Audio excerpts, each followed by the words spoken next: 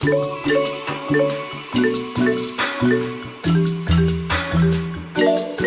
sini saya akan menjelaskan tentang metode sampling.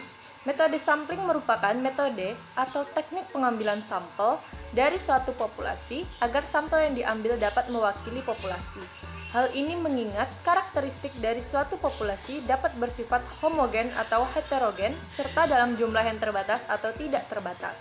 Maka diperlukan adanya metode yang tepat sehingga sampel yang diambil mampu mewakili populasi.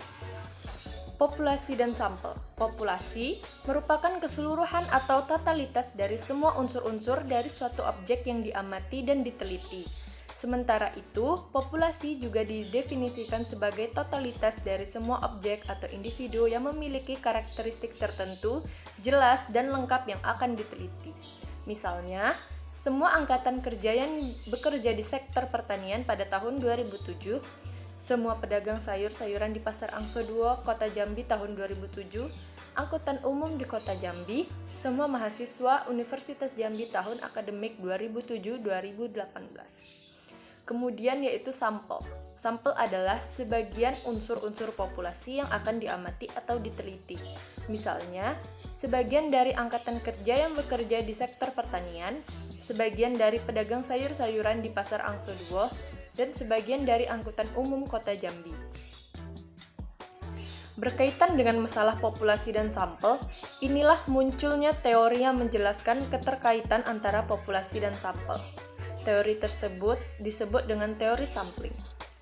Teori sampling merupakan suatu teori yang menjelaskan cara-cara pengambilan sampel, sehingga sampel tersebut diharapkan mampu mewakili atau mencerminkan populasi. Dengan kata lain, teori sampling ini mengembangkan cara-cara pengambilan sampel dari suatu populasi dan dikenal dengan metode sampling. Alasan-alasan perlunya pengambilan sampel. Yang pertama, populasi yang diamati bersifat homogen atau relatif homogen. Yang kedua, populasi yang diamati dan diteliti bersifat destruktif atau mudah rusak. Yang ketiga, kendala sumber daya, yaitu sampel diperlukan karena adanya kendala atau keterbatasan dalam dana, waktu, dan sumber daya lain. Pengambilan sampel akan menghemat sumber daya untuk menghasilkan penelitian yang dapat lebih dipercaya. Selanjutnya yang keempat yaitu ketepatan. Melalui penelitian sampel yang baik diharapkan penelitian data yang akurat dengan tingkat kesalahan yang relatif rendah. Yang kelima yaitu populasi yang diamati dan diteliti jumlahnya terbatas atau diketahui. Selanjutnya yaitu karakter sampel yang baik. Yang pertama, sampel yang baik umumnya memiliki karakteristik sebagai berikut. Sampel yang baik memungkinkan peneliti untuk mengambil keputusan yang berhubungan dengan besaran sampel untuk memperoleh jawaban yang dikehendaki. Yang kedua, sampel yang baik mengidentifikasi probabilitas dari setiap unsur populasi untuk dipilih menjadi sampel. Yang ketiga, sampel yang baik memungkinkan peneliti menghitung akurasi dan pengaruh, misalnya kesalahan, dalam penelitian sampel daripada harus melakukan sensus. Yang keempat, sampel yang baik memungkinkan peneliti menghitung derajat kepercayaan yang diterapkan dalam estimasi populasi yang disusun dari sampel statistik. Selanjutnya yaitu metode sampling. Metode sampling merupakan suatu metode atau cara pengambilan sampel dari suatu populasi.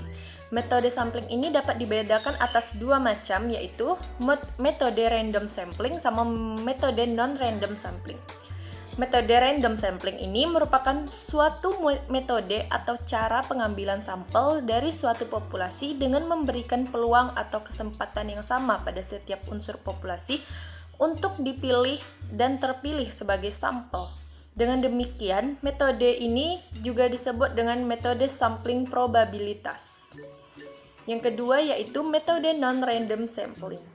Metode non-random sampling ini merupakan metode penarikan sampel yang bersifat subjektif atau individual. Artinya, setiap unsur-unsur populasi tidak memiliki peluang atau kesempatan yang sama untuk dipilih atau terpilih sebagai sampel. Dengan kata lain, metode non-random sampling ini akan memberikan hasil yang tidak objektif. Hal ini disebabkan probabilitas dari setiap unsur-unsur populasi pada saat penarikan sampel tidak sama.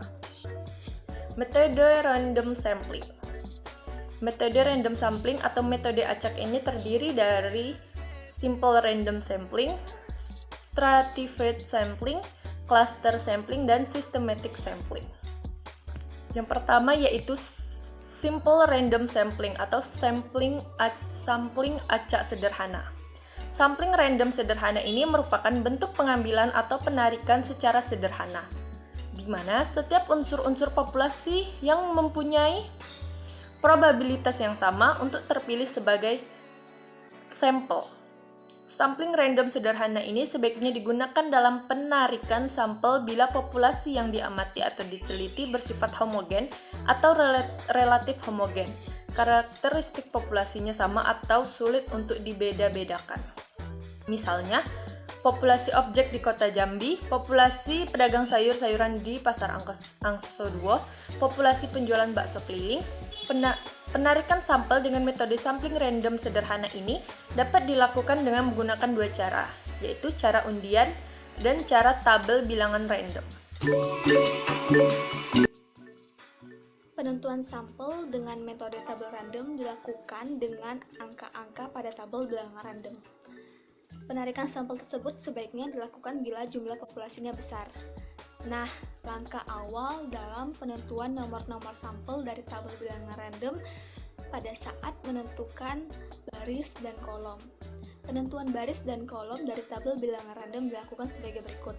Yang pertama, guntinglah lembaran kertas dengan ukuran sama dan sesuai dengan yang diinginkan. Yang kedua, berilah nomor-nomor pada lembaran kertas tersebut. Yang ketiga, gulunglah lembaran kertas tersebut dan masukkan ke dalam kotak. Yang keempat, ambil di dalam kotak dua gulungan lembaran secara berurutan dengan keterangan pengambilan pertama untuk menentukan baris dan pengambilan kedua untuk menentukan kolom. Contohnya, dimisalkan dari populasi pedagang sayur-sayuran di pasar Angso 2 yang jumlahnya tercatat sebanyak 350 orang, akan diteliti sebanyak 10% atau 35 orang pedagang sayur-sayuran sebagai sampel. Tentukan 35 nomor-nomor sampel dari pedagang sayur-sayuran yang akan dijadikan respon penelitian. Caranya, guntinglah lembaran kertas sebanyak 35 lembar sesuai dengan jumlah baris dan tabel bilangan random. Kedua, berilah nomor 1-35 pada lembar kertas tersebut. Ketiga, gulunglah lembar kertas tersebut. Keempat, masukkan gulungan tersebut ke dalam kotak dan diaduk. Kelima, ambil dari dalam kotak tersebut dua lembar kertas secara berurutan. Misalnya, pengambilan pertama untuk penentuan baris nomor 14 dan pengambilan kedua untuk penentuan nomor 2 pada kolom. Mengingat jumlah populasi pedagang sayur-sayuran sebanyak 350 orang, maka nomor-nomor populasinya adalah nomor 1-350. Berarti ada 3 kolom dari tabel bilangan random yang akan kita gunakan.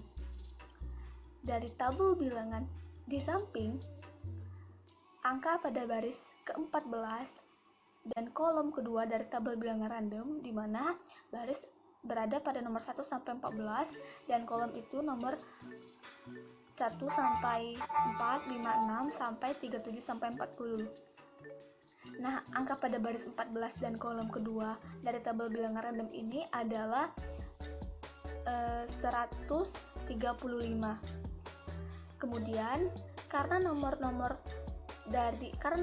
3 angka yaitu 1-350, maka kolom yang digunakan adalah kolom 2, 3, dan 4.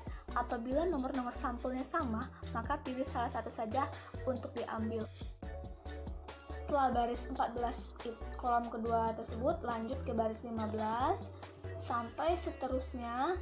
Kalau sudah habis atau mentok di baris ke-25, lanjut ke kolom selanjutnya, yaitu kolom 5 sampai 8 sampai ditemukannya 35 contoh sampel. Seperti di baris ke-15 kolom 2, 3, 4 itu sampelnya 704, artinya lebih dari 350, jadi tidak termasuk. Nah, yang di nomor 19 itu di kolom 2, 3, 4-nya adalah 262, artinya masih berada di lingkup 1-350. Nah, berdasarkan tabel bilangan random dari 35 pedagang sayuran ditentukan dari baris 14 kolom kedua adalah sebagai berikut, terlihat pada tabel di samping. Metode random sampling yang kedua yaitu secara fit sampling atau sampling bertingkat adalah cara pengambilan sampel dari suatu populasi dengan membagi unsur-unsur populasi ke dalam beberapa strata atau tingkat yang memiliki sifat-sifat atau karakteristik yang sama. Artinya, sampling bertingkat ini bersifat heterogen. Contohnya yaitu suatu populasi terdiri dari 1.200 orang supir angkutan umum di kota Jambi dengan komposisi berdasarkan jenis kendaraan, di mana untuk bis jumlahnya 200, oplet 600, taksi 150, dan truk 250. Nah, bila dari populasi tersebut ditetapkan sampel sebanyak 120 orang atau 10%, maka secara proporsional banyak sampel untuk setiap jenis kendaraan tersebut adalah untuk bis yaitu 200 dibagi 1.200 jumlahnya dikali dengan 120 sama dengan 20.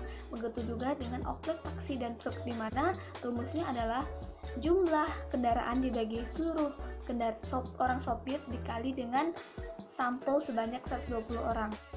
Metode random sampling yang ketiga adalah cluster sampling atau sampling kelompok. Adalah bentuk pengambilan sampel dari suatu populasi di mana unsur-unsur populasinya dibagi ke dalam beberapa klaster-klaster dan selanjutnya klaster-klaster tersebut dipilih satu atau beberapa secara random. Pengambilan sampel dengan cara klaster ini dapat dilakukan dengan menggunakan cara undian dan juga menggunakan tabel random, di mana cara undian itu untuk populasi yang sedikit sedangkan tabel random untuk populasi yang banyak. Pembagian klaster dilakukan dengan menggunakan wilayah administrasi seperti provinsi, kabupaten, kota, kecamatan, lurah, RT atau RW, sama batas-batas alam seperti sungai, jalan raya, dan sebagainya. Contohnya, di suatu kelurahan terdapat sebanyak 400 orang anak usia balita yang tersebar dari 20 RT. Untuk mengetahui status gizi dari balita tersebut, dilakukan penelitian terhadap 100 orang. Untuk keperluan tersebut, maka populasi balita tersebut dibagi dalam beberapa klaster di RT 20. Dari RT 20 tersebut dipilih 5 RT secara random, sedangkan dari 5 RT tersebut dilakukan pengambilan sampel masing-masing sebanyak 20 orang anak usia balita. Nah, apa sih perbedaan strata sampling dengan cluster sampling?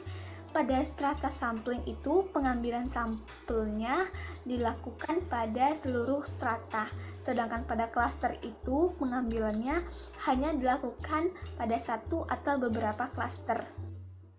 Metode random sampling yang keempat adalah systematic sampling, yaitu suatu pengambilan sampel dari suatu populasi di mana unsur-unsur populasi yang dipilih sebagai sampel dilakukan berdasarkan jarak atau interval yang sama. Pengambilan sampel dimulai dari suatu titik yang juga dipilih secara random. Dari titik awal inilah sampel-sampel yang dipilih dengan jarak atau interval yang sama. Contohnya, dalam suatu proses produksi bola lampu merek terang akan diambil sampel sebanyak 20 unit untuk diperiksa kualitasnya. Tentukanlah nomor-nomor sampel yang terpilih. Penyelesaiannya, misalkan proses secara random dengan menggunakan cara undian dapatlah diperoleh angka 4 sebagai titik awal dari nomor-nomor sampel dan angka 6 sebagai jarak atau intervalnya. Ini dapat terlihat dari interval-interval di samping, yaitu 4, 10, 16, dan seterusnya. Jadi, jumlah nomor-nomor sampelnya mencapai 20.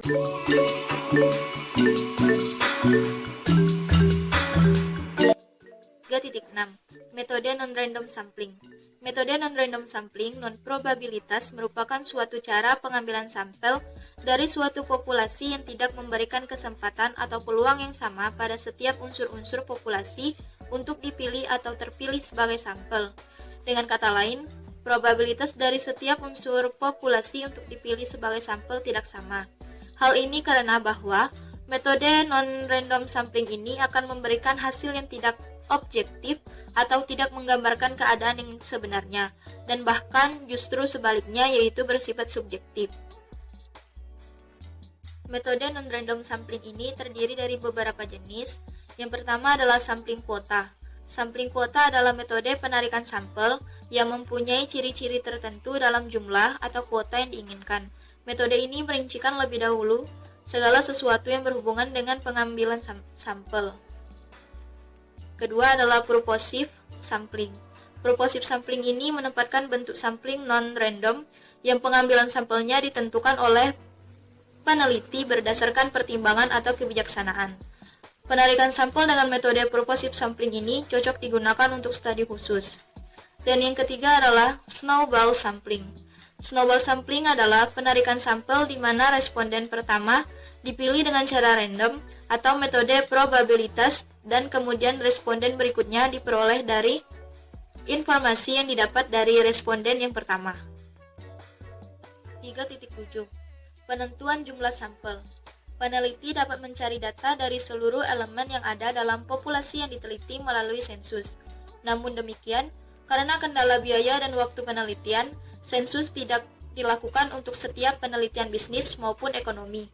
Tujuan penggunaan sampel adalah peneliti dapat memperoleh data yang dapat mencerminkan keadaan populasi dengan biaya peneliti yang lebih murah dan waktu peneliti yang lebih cepat. Formula menghitung sampel adalah sebagai berikut, yaitu N sama dengan ZS per E pangkat 2, di mana N adalah jumlah sampel dan Z adalah nilai yang sudah distandarisasi sesuai derajat keyakinan, dan S adalah deviasi standar sampel atau estimasi deviasi standar populasi, dan yang terakhir adalah E, tingkat kesalahan yang ditolerir plus minus faktor kesalahan atau rentangnya antara setengah dari total derajat keyakinan. Menurut David dan Cosenza dalam Mujarad 2003, jumlah sampel yang sesuai untuk suatu penelitian dipengaruhi oleh beberapa faktor. Yang pertama adalah homogenitas. Homogenitas unit pemilihan sampel sangat dipengaruhi jumlah sampel yang layak untuk suatu penelitian. Semakin homogen suatu unit pemilihan sampel, semakin kecil jumlah sampel yang diperlukan. Dan begitu juga sebaliknya, semakin heterogen suatu unit pemilihan sampel, semakin besar jumlah sampel yang diperlukan. Yang kedua adalah derajat kepercayaan. Derajat kepercayaan mengukur seberapa jauh peneliti yakin dalam mengestimasi parameter populasi secara besar. Dan yang ketiga adalah presisi atau ketelitian. Mengukur kesalahan standar dari estimasi yang dilakukan. Dengan kata lain, harapan penyimpanan terhadap populasi dihitung dengan deviasi standar. Standar deviasi diperoleh berdasarkan studi pendahuluan atau pilot study. Yang keempat adalah prosedur analisis. Beberapa model analisis tertentu memerlukan sampel dalam jumlah tertentu. Peneliti perlu mempertimbangkan jumlah sampel yang diperlukan sesuai dengan model analisis yang akan dipergunakan. Dan yang terakhir adalah kendala sumber daya. Benar bahwa semakin besar jumlah sampel yang dipergunakan untuk penggalian data, pencerminan keadaan populasi akan semakin baik. Namun demikian, kenyataannya kendala sumber daya tidak jarang menjadi penghalang bagi peneliti untuk melakukan sesuatu yang ideal. Keterbatasan waktu, dana, dan juga sumber daya manusia sering menjadi pembatas yang sangat menentukan dalam penentuan jumlah sampel yang layak dalam suatu penelitian. Secara umum, jumlah sampel minimal yang dapat diterima untuk suatu studi tergantung dari jenis studi yang dilakukan. Beberapa pedoman yang dianjurkan adalah Gray dan Dell dalam Mujarad 2003. Untuk studi deskriptif, sampel 10% dari populasi dianggap merupakan jumlah amat minimal. Untuk populasi yang lebih kecil, setidaknya 20% mungkin diperlukan. Untuk studi korelasional dibutuhkan minimal 30 sampel untuk menguji ada tidaknya hubungan. Untuk studi kausal komparatif, minimal 30 subjek per grup umumnya dianjurkan. Untuk studi eksperimen, minimal 15 subjek per grup umumnya dianjurkan. Berkaitan dengan jumlah sampel yang digunakan dalam suatu proses penelitian, maka Slovin menetapkan formula tentang besaran sampel dari suatu populasi dengan rumus sebagai berikut, yaitu N kecil sama dengan N besar per buka kurung 1 ditambah N besar dikali E pangkat 2 tutup kurung. Adapun keterangannya adalah N kecil merupakan jumlah sampel, N besar adalah jumlah populasi, dan E merupakan tingkat kesalahan yang ditolerir.